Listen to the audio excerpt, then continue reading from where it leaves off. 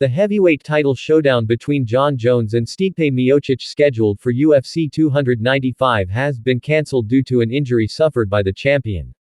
UFC President Dana White announced Jones tore his pectoral tendon during training and will require surgery that is going to keep him out for 8 months.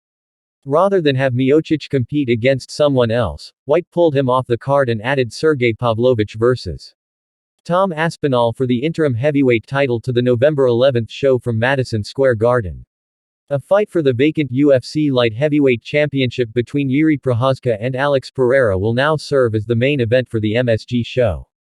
Per ESPN's Marc Raimondi, UFC hopes to rebook the Jones-Miocic fight at some point in 2024. Jones was set to make his first title defense after defeating Ciryl Gane for the vacant crown at UFC 285 on March 4. The bout was his return to UFC after a 3-year absence and marked his first fight in the heavyweight division. Miocic was poised to return to the octagon for the first time since he lost the UFC heavyweight championship to Francis Ngannou at UFC 260 in March 2021. The 41-year-old said he signed on to fight Jones in part because he wasn't happy with how his last bout went. "There's a lot of reasons," Miocic told MMA Junkie Radio. 1. I want to fight the best. I'm a competitor. I love to compete, and I love fighting. I'm still having fun. 2. My last fight didn't go as well as I wanted it to. I'm ready to bounce back and get that win.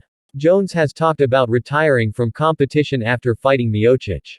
He told Fox Sports Australia HT Raimondi in March that this bout will be plenty for me, and he wouldn't have too much to prove after a win over Miocic.